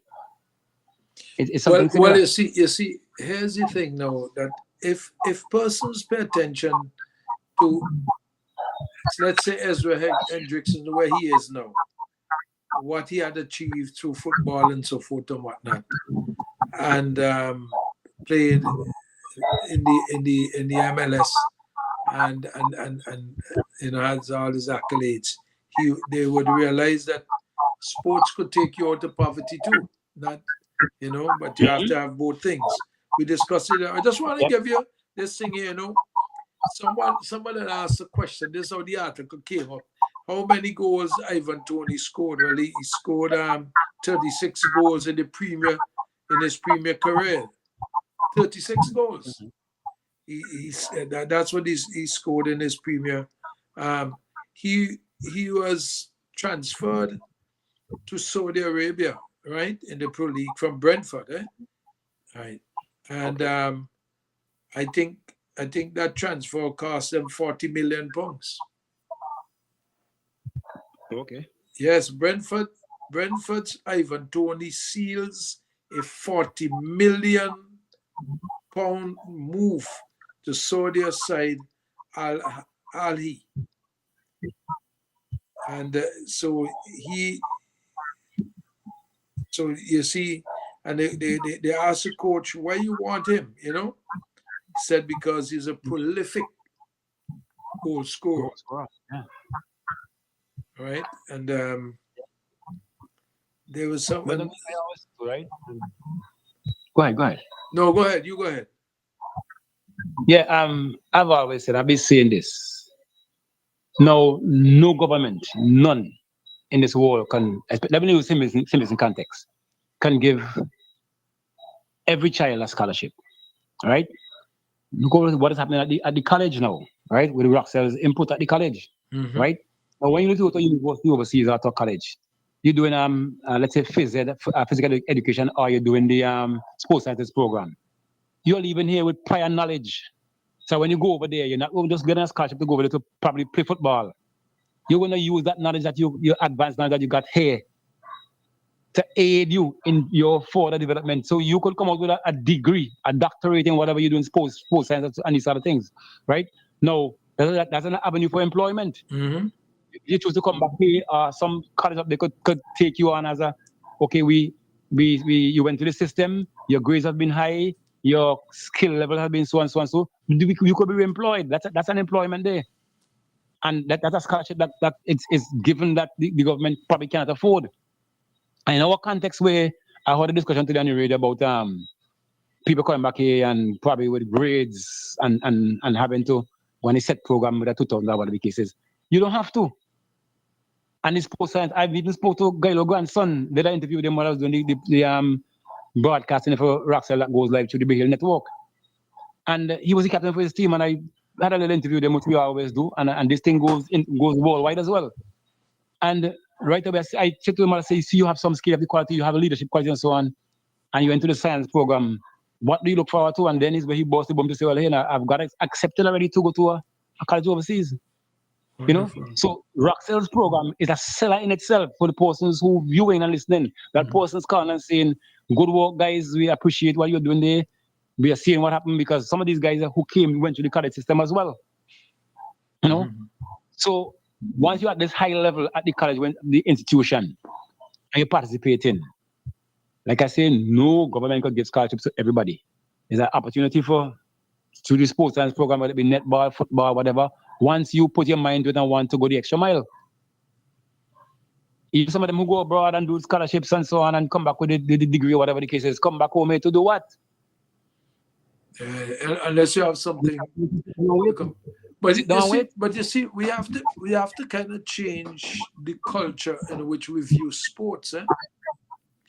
Definitely. We have to learn to understand that sports along with your academics is really important. And if you could get into the culture, if we could be seen as a country that has a culture of excelling in sports, you would find more persons getting more scholarships because scouts will be looking to you as a country. And one Jamaica and Trinidad in the school systems, when you look at their games on television, Dougie, from the secondary school in Jamaica and Trinidad, you will be applauded to know the amount of the talents that people see and sending for kids in Grenada too, sending for kids to giving them awarding them scholarships, invite them to come and do scholarships. And we're them making it come back, playing for Jamaica, playing for some of the English clubs and all these other things down in the MLS. Yeah, that's the move.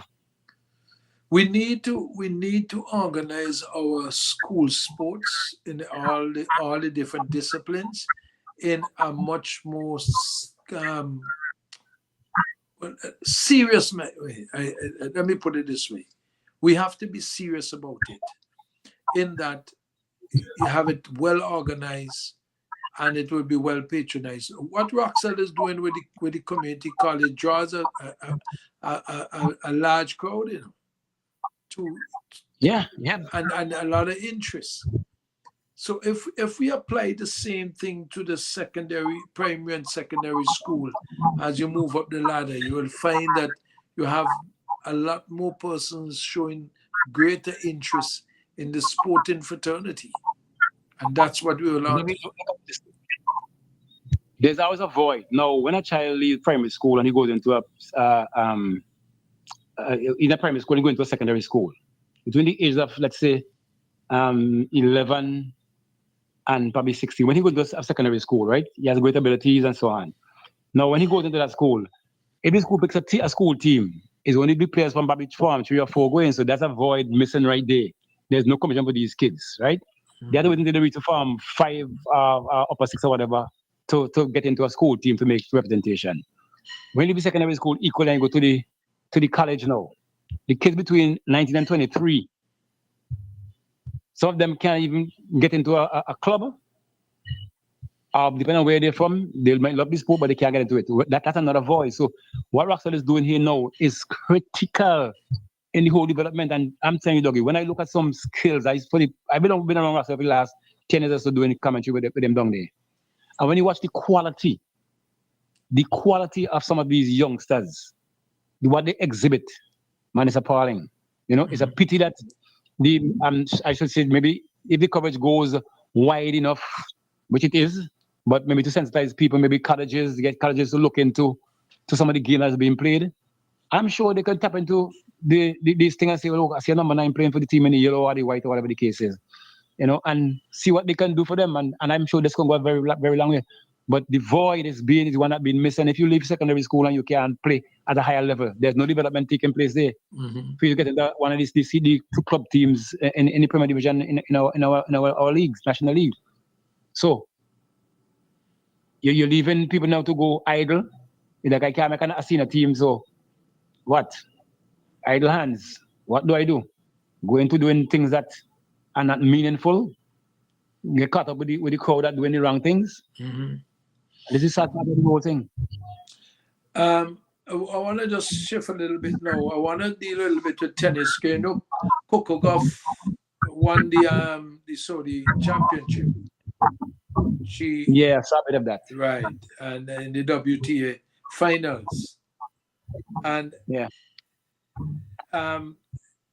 know, Coco Gauff is a very humble kind of person, eh? If you follow her, and she had thanked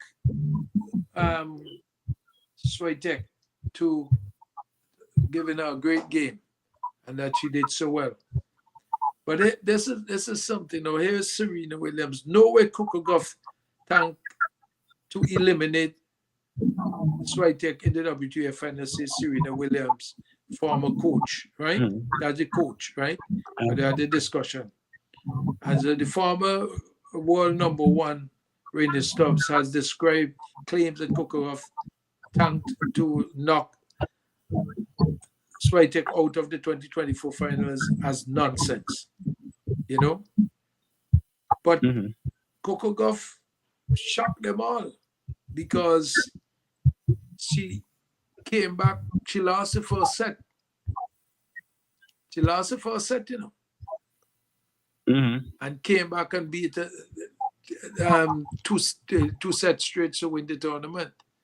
And she's a young lady, you know, and she's the youngest American to have done that since Serena Williams. Right. So that's something that we see a little dominance coming there.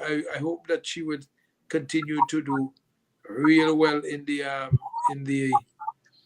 tennis world, continue to win and shut up some of these people's mouth, you know. Because one of the things about sports, you know, isn't about bragging, you know. There's only Muhammad Ali could have bragged and do what he's bragging about, you know. The thing is that when you brag, your bragging should be how you play the game. Gotta back it up, Yep. When you go there, instead of you play the game well and make sure that people understand that you are in winner's room and that you can beat the best of the best. The best, yep. And it's so much again, Dougie, you have to get into people's psyche, you know, to get them to understand even their own strengths. You know, let them know what strength you have, what ability you have. You can do this. You can reach here. Because so many times to Dougie, we have some athletes who went out there, who have gone out there on scholarships and make a boo-boo themselves, get into the funniness of the others up there who probably don't have a focus. So instead of you stay focused, you were making others to distract you and take you from what you purpose of you being there is to develop yourself to own a living, to be a Mr. this and Mr. that, to be able to manage your own business or work with somebody who you're in a management position that you can be a leader and not follow on. So many times some of our young athletes, go astray. I even have this guy Chad Haynes. When he played the finals up in Billy League there, I did an interview with him because he was exceptional and during the game and scoring goals and so on. So I interviewed him when he told me he was going on a scholarship. So I said, man, I'm happy for you because I've always followed you. He said, I know you've been following me over the years and you always give me good commendation and so on. I always do the college tournament. And he ever so often send back clips to me to show me, well, this is where I am. I scored this goal and scored goals and this, and I said, boy, keep your head above water. Aim for the stars. The sky's the limit. And stay focused. Stay focused. That is critical. Don't make people lead you astray because they're the friend. Sometimes you have to tell a friend when it's time to get off my back. Or when you need to shell your gun, as you can say, to escape from that. Lose a small gun. Even you go bite me hat, let me lose that. Because the bigger picture is on the left side or on the right side. Let me focus on what I'm doing, what I'm here for. Well, and so many times a lot of our kids go lose it to friends who want to have a different focus or different idea. Let's hope we could get some different change in attitude. Couple things before we wrap it up. Because we only got about 10 minutes. Caller. Good night, caller. Welcome. Yeah, good night. Let me just hold it, Roger. Hello. Roger. Yes. Go ahead. Roger is here. Roger, how are you doing, man? I'm good. Okay. I don't know if you could remember. There was two youngsters from St. Vincent. They was in Jamaica, and they played in the final of the college football. You have any information about those two? If you could remember about a year or two ago. I think I could vividly remember. Yeah, I'll have to ask Mr. John because he keeps in touch with a lot of these kids. So now that you bring up a couple of tomorrow to where they are and what they're doing and so on. Okay. Because they had some potential, and afterward I haven't heard anything about them. Yeah. Yeah, that's so true. But like I was saying earlier on, we have a lot of persons with potential. Plenty. Is a lot there. But and they were focused highly in the final of the college football. Okay. Yeah. Yeah, we also got to do, guys. I'm sorry, so probably encourage these guys, that have the skill and to stay focused and just hope that they can listen, take persons with positive ideas on board, comments, and just run with it. True. Yeah. All right, then I'm listening. All right, thanks a lot. Thanks for calling. Don't damage it. Don't damage it. No. Get injured. All the best. I won't damage you. I'll injure you. Yeah. I was hoping. I tried to get Fuzzy.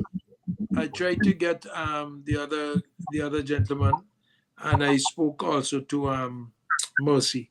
I really want to try to get those three athletic coaches together to discuss athletics. But I never had a response. I never had a return call. I sent text messages from Fuzzy or the gentleman name now. I can't remember his name now. I can't remember his name. No, not Dishon. Morgan Chester. Chester Ross, not the grammar school. Yes. Probably. Yeah, but I never got any word from them because I want to discuss the state of athletics. But I don't know. I hope I could get them.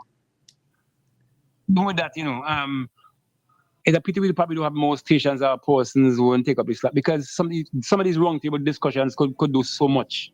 Where you could probably have coaches knocking off, ideas and things where people could see and sit down and listen to, and probably commit themselves more to what is being said in terms of what is out there for me, what I can do if I follow these guys' trend of thoughts. And take, for instance, I'm only a host. I am not into athlete. I'm not an athlete per se.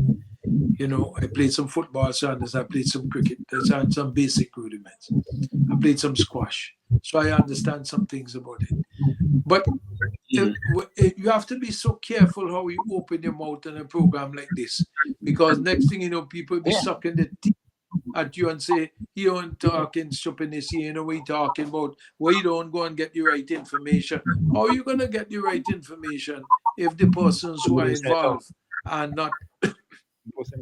I must say that I thank the organizations who now respond to me and email me sports information that is necessary for us to bring proper sports news and even have these discussions. But I hope Odd Balloting twice or three times, Odd raised the issue of the long jump pit and the mat that goes with that for the track that goes to the long jump and the high jump pit. Up to now, no one could tell you or ever responded to those questions. And so you need to speak to the people who are involved in it, because as Ard said, we had 3 pits, one at Annisville, one in Kingston, and one someplace else. And we don't have 2 now. But look at who got goal for Dominica. Was in the long and triple. You understand what I mean? Yeah. And this is a sport that people can end up doing well in once you have the talent, and you can be recognized world over.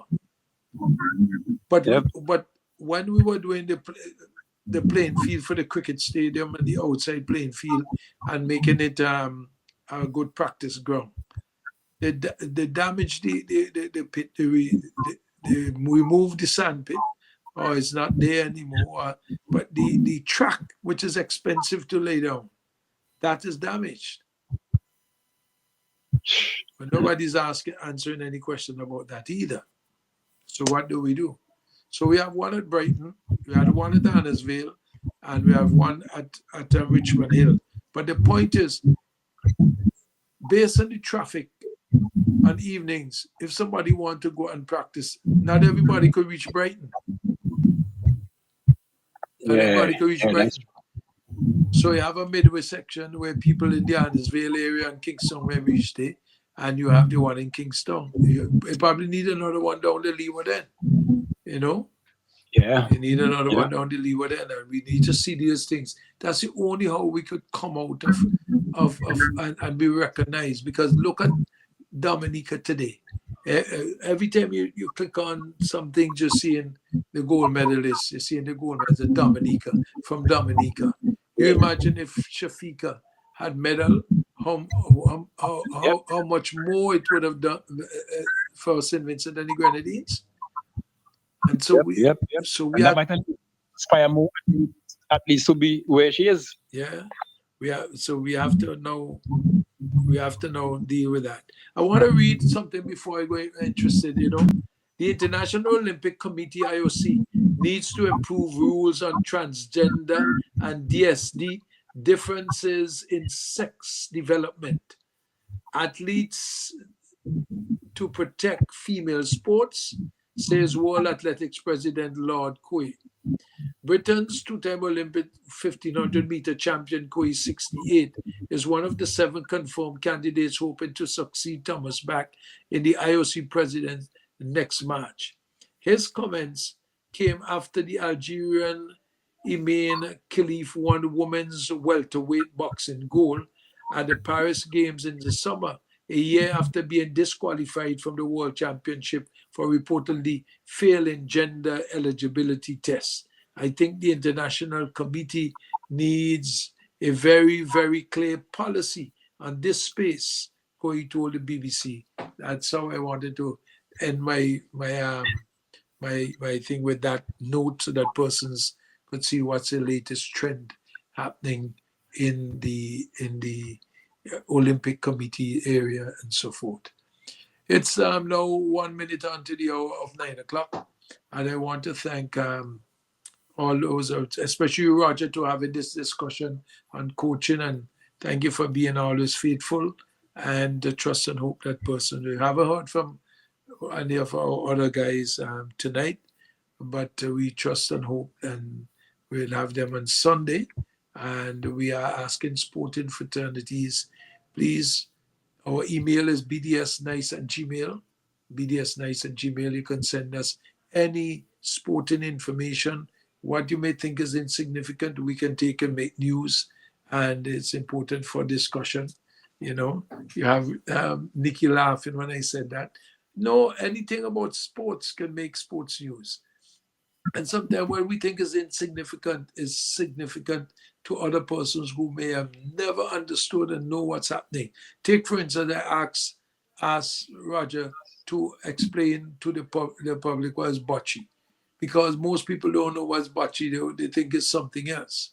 So we want to make sure that persons get a little more understanding of all the different types of sports. It's been a pleasure. You listen to Sports Highlights, and the next one is on Sunday evening, 7 to 9. I want to thank you all. Remember, the 15th is the college finals at Victoria Park starts at 5. First game at 5, the third place playoff, and the grand finale is at 7. And then prize giving ceremonies and then a little after party. It's tomorrow, St. Vincent playing Montserrat in the Nations League in El Salvador, and on the 17th. Nice Radio, most likely, is going to bring it. I hope Roger could make it with Nikki so they could do their own little commentary looking at the screens, because we normally get the link for it. And so we want to keep our tradition of bringing Vinci Heat to the nation over the radio, because not everybody could watch social media or whatever. If you have 1,000 persons watching social media, you got 10,000 people listening radio. Believe that. Believe that. And so we want to keep that tradition going. And the club championship starts on the 24th of November in St. Vincent and the Grenadines. We're waiting on more details. Thank you very much, guys. Good night. Have a God bless evening. All right? Okay. Do you have a passion for sport? Then Sports Highlights is a place to be. Share the passion every Sunday and Wednesday, 7 to 9. Sports from the Heart, only on